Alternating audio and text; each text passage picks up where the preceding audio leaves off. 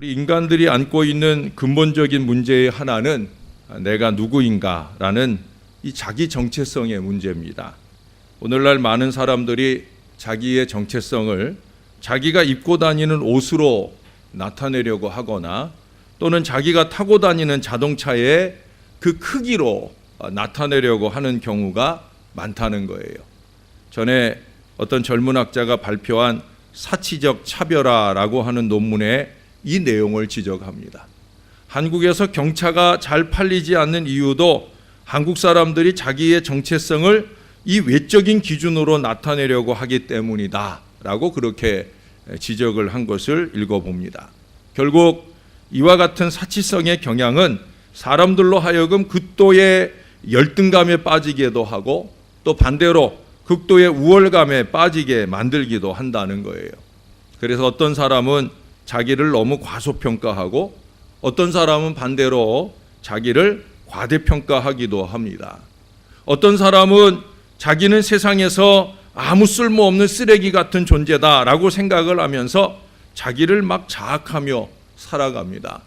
결국 그 끝으로 자살을 택하는 어리석은 사람들도 많이 있어요. 가난의 문제와 아울러 소외당함의 문제는 자신에 대한 열등감과 무력감을 가지고 자기를 자학하며 살아가게 만든다라고 하는 거예요. 반대로 부귀의 문제와 특별대우의 문제는 자신에 대한 우월감을 가지고 자신을 과대평가하며 살아가게 만드는 거예요. 사실은 별거 없는데 남들보다 물질을 좀 더 가진 것뿐인데 그것을 뭐 대단한 줄로 여기고 그것이 물질이거나 지위이거나 그것을 통해 어리석게 행하는 경우들을 많이 본다는 거예요. 자기 도취에 사로잡혀 왕자나 공주처럼 심지어는 자기를 숭배하면서 안하무인으로 살아가게 되는 경우들도 많이 있다는 거예요. 한편으로는 너무 없이 살다 보니까 그게 열등감으로 드러나게 되어지는 거죠. 내가 누구인가를 바르게 가르쳐주는 참된 기준이 있습니다. 현대인의 잘못된 자기 이해를 교정해주는 이정표가 있어요. 자기를 정확하게 바라보게 하는 거울이 있습니다. 내가 누군가 이것을 바로 알게 해주는 안내자가 있다는 거예요. 그게 뭐냐? 바로 십자가예요. 우리 주 예수 그리스도께서 달려 죽으신 십자가입니다. 그 십자가 위에 예수님이십니다. 십자가에 달리신 예수님이 내가 누구인가를 바로 가르쳐 주시고 바로 보여주시는 이정표가 되시고 거울이 되시고 안내자가 되신다는 거예요. 우리가 자기를 바로 보지 못하고 사는 가장 큰 이유는 결국 뭐겠어요? 십자가를 보고 있지 않다는 거예요. 십자가를 품고 있지 않다는 거예요. 그러니까 하나님의 일을 사람의 일 하듯 하는 어리석은 경우들을 많이 보게 된다는 거예요. 십자가 아래 설 때 인간은 비로소 내가 누구인가 하는 것을 바로 인식하게 됩니다. 종교개혁자 마틴 루터가 그랬고 위대한 신앙 위인인 진젤로프 백작이 그러했습니다. 그들만 아니에요. 성경 안, 성경 밖 대부분 위대한 신앙 인물들의 공통점은 뭐냐? 십자가 앞에 있었다. 그 십자가 앞에서 자신을 바로 보았다. 자기가 발견한 십자가의 정신을 한결같이 이루며 살았다. 바로 그겁니다. 십자가가 보여주는 나는 도대체 누구인가? 여러분 오늘 아침 이 설교 제목은 소제목으로 자상의 변화라는 제목을 붙여봅니다. 존 스토트 박사님의 저서인 그리스도의 십자가, 이제 오늘 5번째이면서 그 책으로 여러분에게 말씀하는 마지막 날이기도 합니다. 오늘은 11장의 내용을 중심으로 해서 십자가가 보여주는 나는 도대체 누구인가 하는 부분을 생각해 보려고 합니다. 첫 번째, 나는 망할 죄인입니다. 망한이 아니에요. 아직도 우리가 살아 있으니까, 다행히 우리가 그리스도 안에 있으니까 망할 수도 있는 죄인이라는 거예요. 십자가는 내가 죄인이다 하는 사실을 만천하에 드러내어 보여줍니다. 내가 가난하기 때문이 아니에요. 내가 사회적으로 하층에 속한 하찮은 존재이기 때문도 아닙니다. 십자가 아래서 나의 내면을 직시해 볼 때 비로소 나는 망할 죄인이다 하는 사실을 인식하게 된다는 거예요. 적어도 십자가의 정신이 분명하면 우리는 스스로 그것을 깨닫게 된다는 거예요. 십자가에 달린 강도 한 사람이 십자가 아래서 자신의 내면을 직시했을 때 비로소 자기가 죄인이라는 사실을 인정하게 됩니다. 누가복음 23장 41절에 보면 우리는 우리의 행한 일에 상당한 보응을 받는 것이니 이에 당연하거니와 이 사람의 행한 것은 옳지 않은 것이 없느니라. 십자가의 예수에 비교해서 우리는 망할 죄인이다 라는 고백을 하고 있는 거예요. 십자가 아래 서 있던 백부장 한 사람도 그 십자가 아래서 자신의 내면을 직시합니다. 예수님이 의인이다. 상대적으로 그 예수님에 비교할 때 나는 죄인이다. 이 사실을 비로소 인정하게 되어진다는 거예요. 성배라고 하는 그 영화에 보면 그가 나중에 이 사도 바울을, 물론 영화 넌픽션일 수도 있겠지만 사도 바울을 로마에 압송해가는 바로 그 배에 동행하는 백부장으로 결국 나중에 그가 예수의 사람으로 변화되는 내용들을 그 영화 속에서 우리에게 보여줍니다. 여러분, 십자가의 이정표에 의해 자기를 분석하고 십자가의 거울에 의해 자기를 비춰볼 때 비로소 우리는 내가 망할 죄인이다 하는 사실을 직시하게 되는 거예요. 얼마 전에 99세를 일기로 돌아가신 빌리 그레이엄 목사님의 딸도 아주 거룩한 영성을 가진 훌륭한 자녀였어요. 그 딸 앤 그레이엄 로치라고 하는 분이 해석한 대로 십자가의 주님 앞에서 선지자 이사야는 비로소 자기가 망할 죄인이라는 사실을 깨닫게 됩니다. 그는 이렇게 부르짖어요. 화로다 나여 망하게 되었도다. 적어도 이 부르짖음으로 죽게 드릴 사람은 망하지 않아요. 화로다 나여 망하게 되었도다. 뭐 그렇게 망할 일을 선지자가 했겠습니까? 많은 십자가 앞에 하나님 앞에 설 때 내가 죄인이구나 하는 사실을 깨닫게 된다는 거예요. 그래서 십자가 위에서 들려오는 그 선지자의 소리를 들을 때 비로소 내가 허물덩어리요 죄악덩어리라는 사실을 우리가 발견하게 되는 거예요. 그가 찔림은 우리의 허물을 인함이요 그가 상함은 우리의 죄악을 인함이라. 망할 죄인이라고 스스로를 고백했던 이사야의 선언입니다.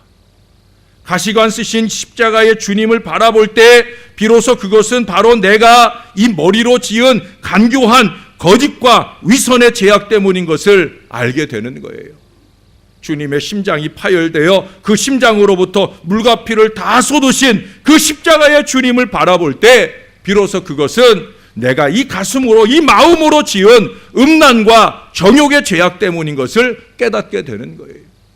손과 발에 그 못이 박혀서 피를 줄줄 흘리며 고통당하시는 우리 십자가의 주님을 바라볼 때 비로소 그것은 바로 내가 이 손과 발을 놀리며 지은 모든 추악한 탐욕의 죄악 때문인 것을 깨닫게 되어진다는 거예요.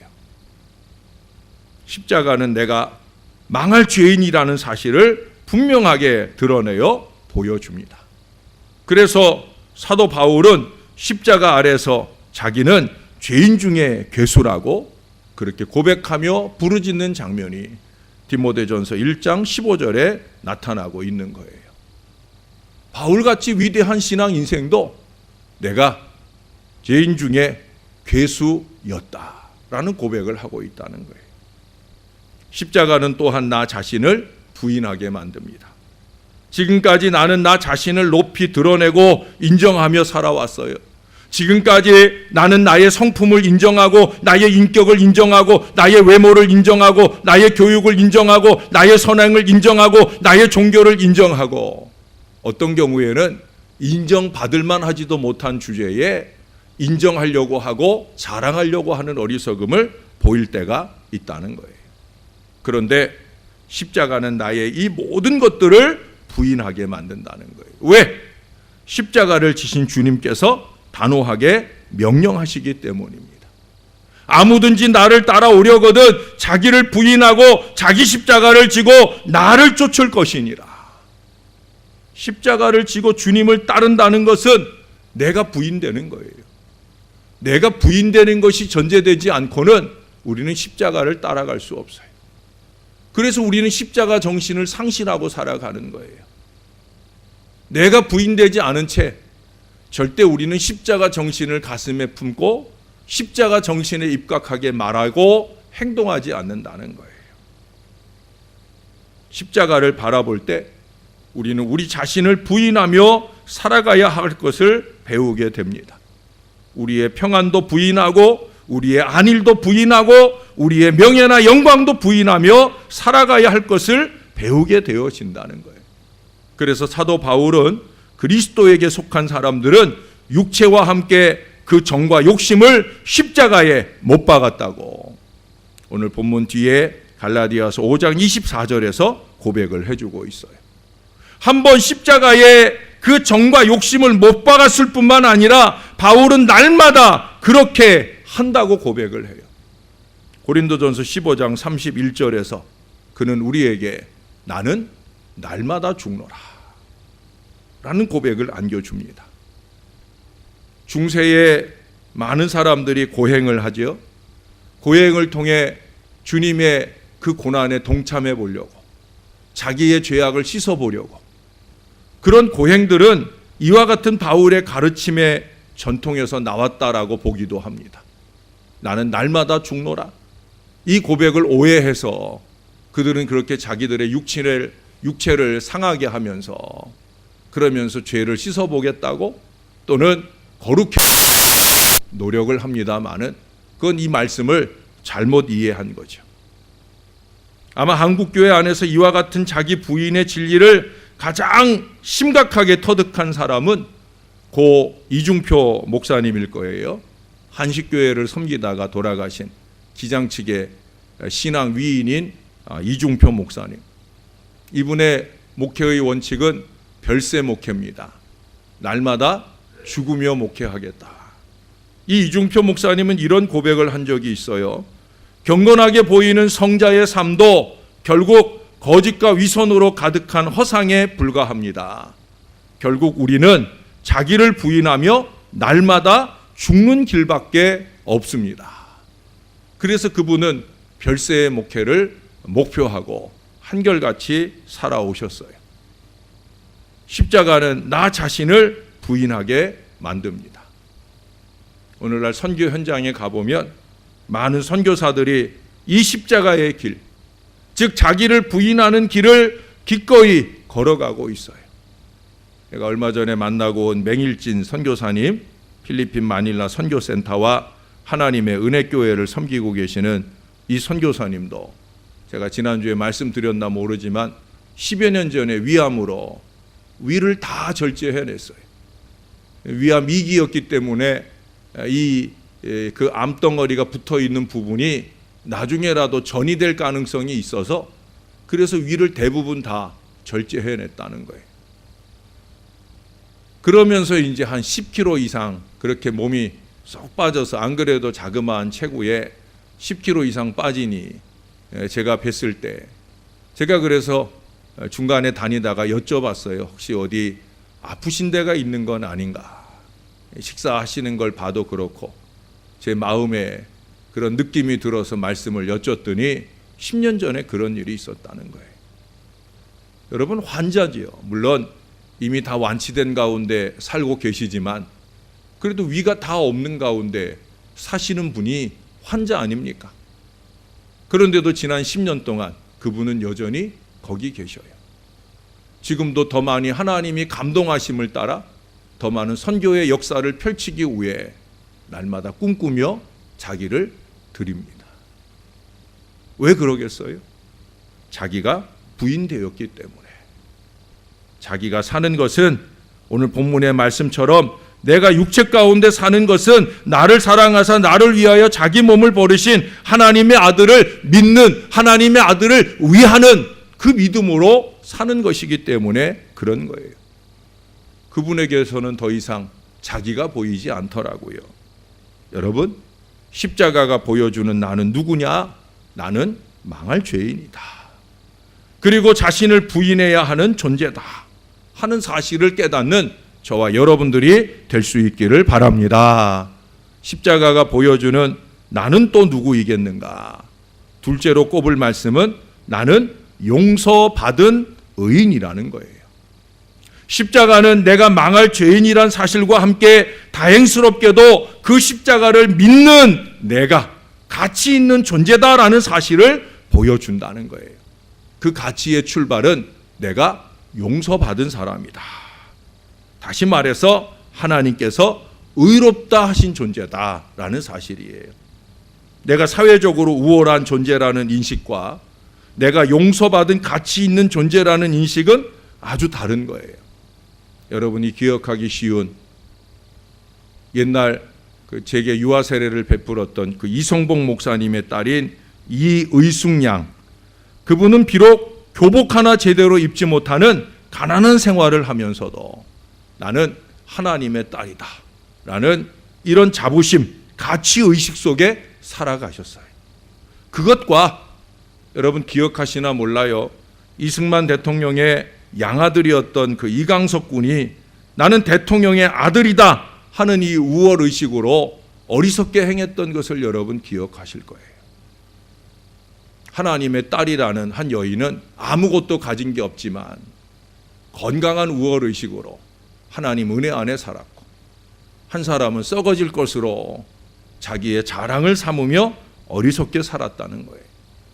여러분, 십자가에 달린 강도 한 사람은 십자가 아래서 비로소 자기가 주님과 함께 낙원에 들어갈 수 있는 가치 있는 존재라는 사실을 주님을 통해 처음 알게 되잖아요.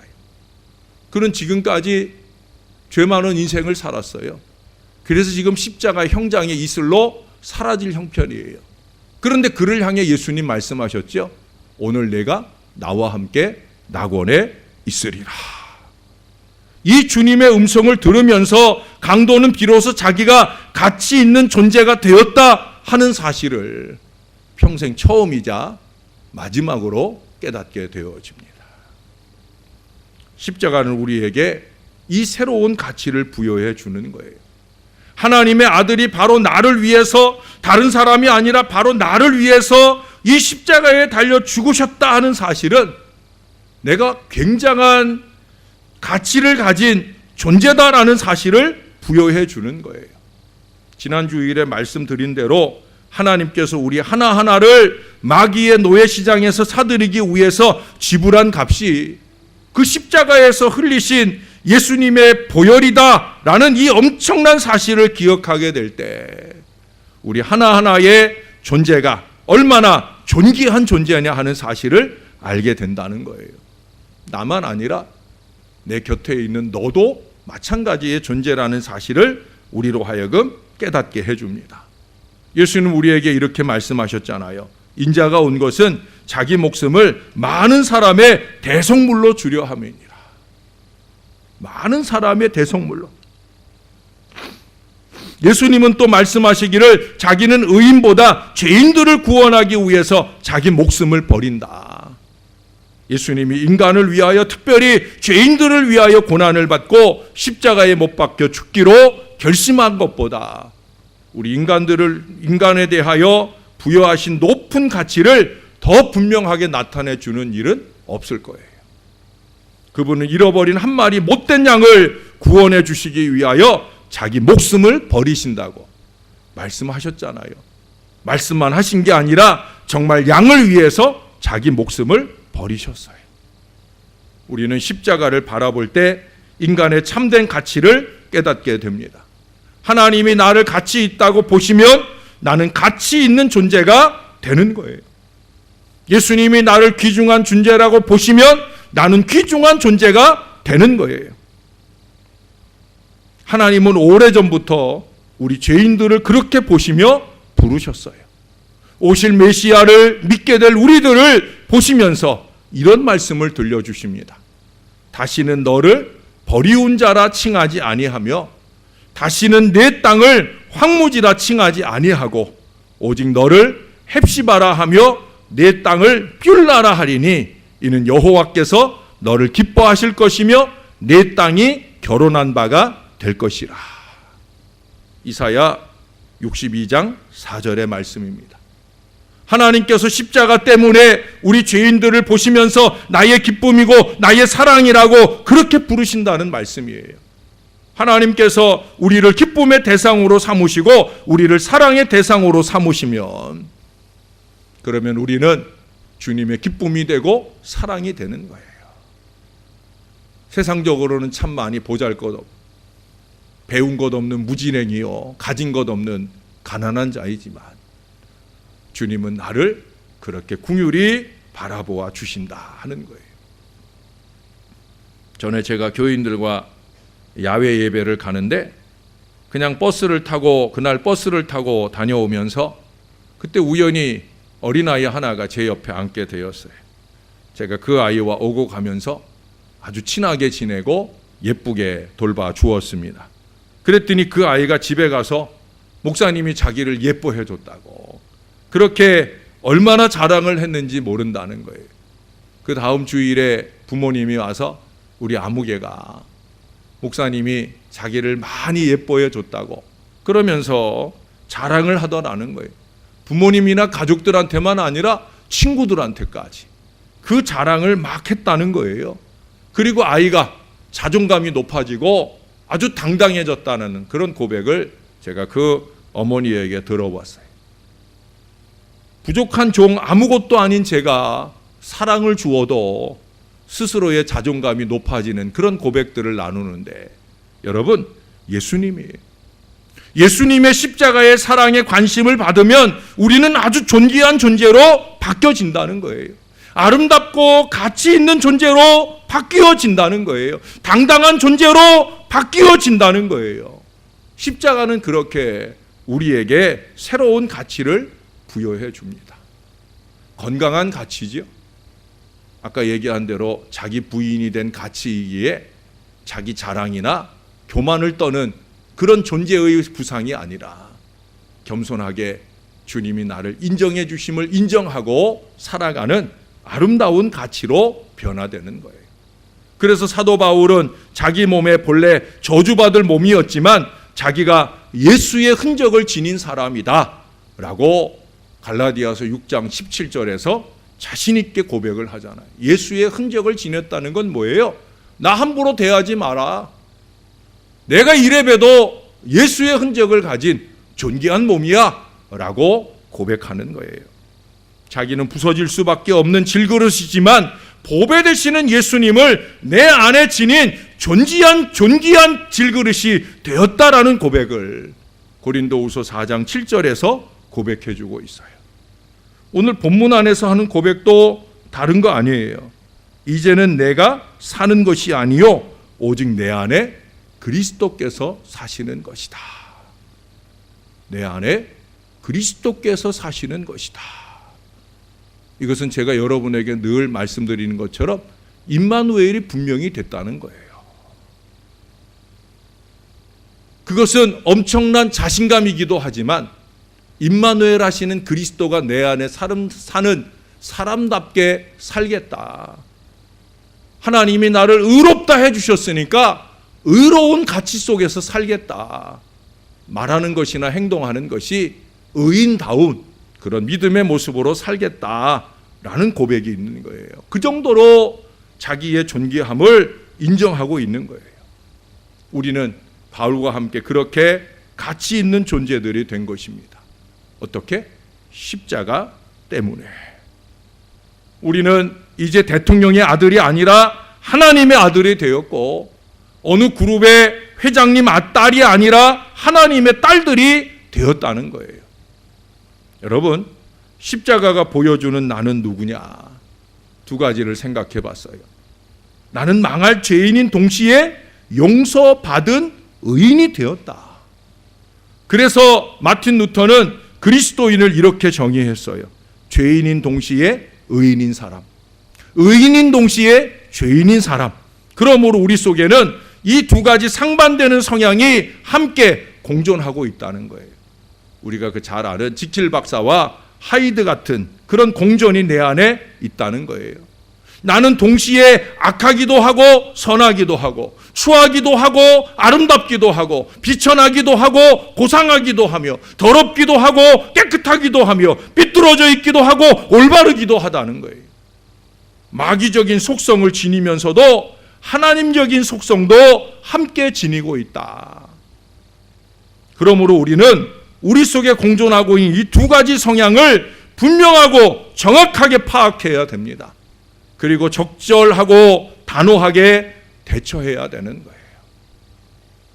새로워진 존귀한 존재에 대해서는 충실해야 될 것이고, 본성적인 그 마귀적인 성향에 대해서는 단호하게 부정하고 배척해야 되는 거예요. 우리가 어제 새벽에 야고보서 3장 13절 이하의 말씀에서도 보았잖아요. 땅의 지혜로 살지 말라는 거예요. 땅의 것은 시기요, 땅의 것은 망할 것이고, 땅의 것은 부정한 것이고, 땅의 것은 마귀적인 것이라고. 하나님께로서 난 자는 하늘의 지혜로 살아야 된다. 하늘의 지혜는 뭐라고 그랬어요? 성결을 말씀하고 화평을 말씀하고 있어요. 우리는 이 싸움에 실패할 때가 너무 많아요. 사도 바울까지 탄식을 했잖아요. 내가 한 법을 깨달았는데 곧 선을 행하기 원하는 나에게 악이 함께 있는 것이다. 로마서 7장 21절에서 이 고백을 하고는 그 다음 24절에 가서 그는 이렇게 통탄합니다. 오호라, 나는 곤고한 사람이로다. 오호라, 나는 곤고한 사람이로다. 그러나 바로 그때에도 십자가는 우리의 피난처가 되고 승리의 원천이 되는 거예요. 십자가 아래로 달려갈 때 우리는 또다시 새로운 존재로 만들어질 수 있다는 거예요. 그래서 사도 바울은 그 뒤에 이어지는 로마서 8장 1절 2절에서 이렇게 승리의 노래를 부르게 됩니다. 그러므로 이제 그리스도 예수 안에 있는 자에게는, 다시 말해 십자가 아래 있는 자에게는 결코 정죄함이 없나니 이는 그리스도 예수 안에 있는 생명의 성령의 법이 죄와 사망의 법에서 너를 해방하였습니다. 이 해방의 은혜를 제대로 구가하며 살아야 되는 거예요. 생명의 성령의 법이 주장하는 신앙 인생으로 살아야 되는 거예요. 죄와 사망의 어리석은 법 아래 살지 말아야 되는 거예요. 더욱더 철저하게 생명의 성령의 법이 주장하는 십자가 정신으로 살아야 된다는 거예요. 여러분, 다시 한번 정리해 드립니다. 십자가가 보여주는 나는 누구냐? 나는 망할 죄인인 동시에 용서받은 의인이다. 십자가가 그렇게 보여줬으니까 때로 망할 죄인으로 살아야지, 이게 아니지요. 그렇게 생각하는 분은 없을 거예요. 용서받은 의인답게 십자가 앞에 이 비중이 큰 그리스도인으로 그렇게 살아내야 되는 거예요. 그래서 세 번째로 십자가가 보여주는 나는 누구냐? 나는 이제 사랑하는 존재라는 거예요. 사랑하는 존재여야 되는 거예요. 십자가는 한마디로 사랑이잖아요. 십자가의 더하기가 보여주는 가장 큰 더하기는 뭐냐? 사랑 더하기라는 거예요. 하나님의 사랑이 더해져 바로 우리의 구원을 이룬 것이 십자가이듯이, 십자가는 끊임없이 우리로 하여금 더 사랑해야지, 더 사랑해야지, 사랑 빼기가 아니라 사랑 더하기를 교훈해 준다는 거예요. 주님의 고난과 희생과 섬김을 통해 우리 죄인들을 사랑하시고 용서하시고 구원하신 것이 십자가잖아요. 사랑을 받은 사람들은 이제 사랑을 베푸는 사람들이 되어야 합니다. 사랑을 받은 사람은 사랑의 가지를 치는 사람이 되어야 된다는 거예요. 십자가의 사랑을 받은 사람은 가정에서도 사랑을 베풀고 교회에서도 사랑을 베풀고 일터에서 그리고 세상에서 사랑을 베풀게 되는 게 당연한 거예요. 전 그래서 교인들이 강팍하게 구는 게 전혀 이해가 되지 않아요. 성도는 고사하고 교인도 아닌 거예요, 그거는. 예? 선의를 가지고 살아야 되지 악의를 품고 신앙을 얘기하고 헌신을 얘기할 수 있겠어요. 선의, 사랑을 못해서 안달이 나는 그런 사람이 되어야 되는 거예요. 가난과 고통과 절망 가운데서 살아가는 사람들을 찾아가서 사랑을 베풀어야 되는 거예요. 어느 교회의 교인이 이런 글을 홈페이지에 올렸어요. 좀 긴 글이지만 제가 한번 읽어드릴게요. 선아의 집은 봉천동 다세대 주택의 지하에 있었습니다. 문을 열자 지하실에 향기롭지 못한 냄새와 봉지에 담긴 쓰레기 냄새가 섞여 배어 나왔습니다. 단칸방 문을 열고 안으로 들어갔습니다. 아빠와 가련한 두 딸이 3평이나 될까 한 그 작은 방에서 살고 있는 것입니다. 무릎을 꿇고 기도를 하는데 눈물이 쏟아졌습니다. 사랑하는 내 반의 딸이 이런 곳에서 매일 자고 일어나고 숨쉬고 꿈꾸다가 날개를 접겠구나 생각하니 눈물이 나와 견딜 수가 없었습니다. 제가 많이 흐느끼니까 아빠가 너무 미안해하면서 어쩔 줄을 몰라 했습니다. 제 눈물이 선아의 아빠에겐 참 낯설었겠지요. 담임선생이 온다고 뛰어왔는데 너무나도 초라한 자신의 방에서 눈물까지 뚝뚝 흘리며 울고 있는 걸 보았으니까요. 저한테 선아와 동생을 잘 키우겠다고 몇 번이나 약속을 했습니다. 정말 그렇게 될 수 있기를 간절히 바라며 선아의 집과 선아의 아빠를 뒤로 하고 집을 나왔습니다. 돌아오는 차 안에서 주님께 간절히 기도드렸습니다. 선안의 식구들이 주님의 보호 아래서 언제까지나 행복하고 오손도손 잘 살게 해달라고요.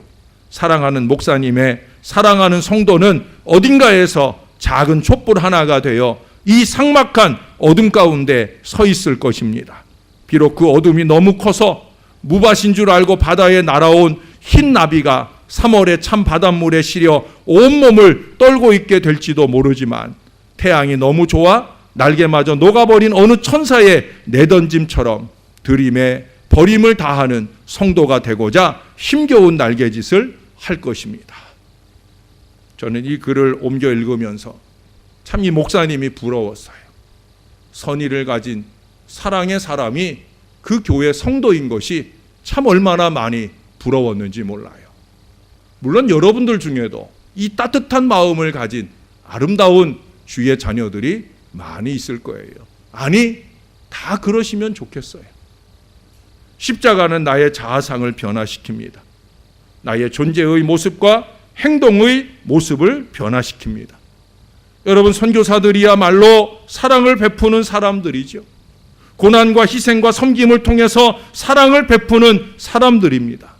어쩌면 우리가 베풀지 못하는 사랑을 대신 나타내주는 그분들이 아니겠습니까? 몽골 은혜교회의 김근영 선교사님이나 캄보디아의 송춘명 선교사님이나 필리핀의 맹일진 선교사님이나 가나의 남상열 선교사님이나 말레이시아의 남명현 선교사님이나 우리 교회가 적은 물질을 통해 후원하고 있는 이분들 외에도 전 세계 여기저기서 선교에 헌신하시는 많은 분들, 여러분, 그분들은 우리들을 대신해서 사랑을 베푸는 삶을 살아가고 있어요. 여러분들과 저도 이제 십자가 아래서 새로운 자아상을 가지고 살아가게 될 때 사랑 더하기에 가지치기를 더욱더 많이 하는 사랑의 사람들이 될 수 있기를 바랍니다. 죄인인 동시에 의인의 몸이 되었는데 자꾸 죄인의 모습으로 돌아가려고 하지 말고 그러다가 망합니다. 정신 바짝 차리고 내가 마땅히 살아야 할 의인의 모습, 사랑의 사람의 모습으로 그렇게 아름답게 살아가는 십자가 정신이 분명한 십자가의 사람들이 다 되어주시기를 우리 구주 예수님의 이름으로 간절히 축원합니다. 기도하겠습니다. 하나님 아버지, 오늘도 우리가 십자가 앞에 섰다 갑니다. 십자가 앞에 가까이 다가가서 내가 어떤 존재인지를 돌아보았습니다. 나는 망할 죄인이었다. 나는 용서받은 의인이다. 나는 사랑을 베푸는 사람이어야 한다. 하나님, 3가지 이 주제를 생각할 때 내가 더 열심내서 해야 할 일이 무엇인지를 깨닫고 가는 이 아침이 되기를 바랍니다. 주님, 도와주시옵소서. 우리를 좀 불쌍히 여겨 주시옵소서. 십자가 정신이 분명한 십자가 사랑의 사람이 될 수 있도록 하나님 우리와 함께하여 주시옵소서. 예수님의 이름으로 기도합니다. 아멘.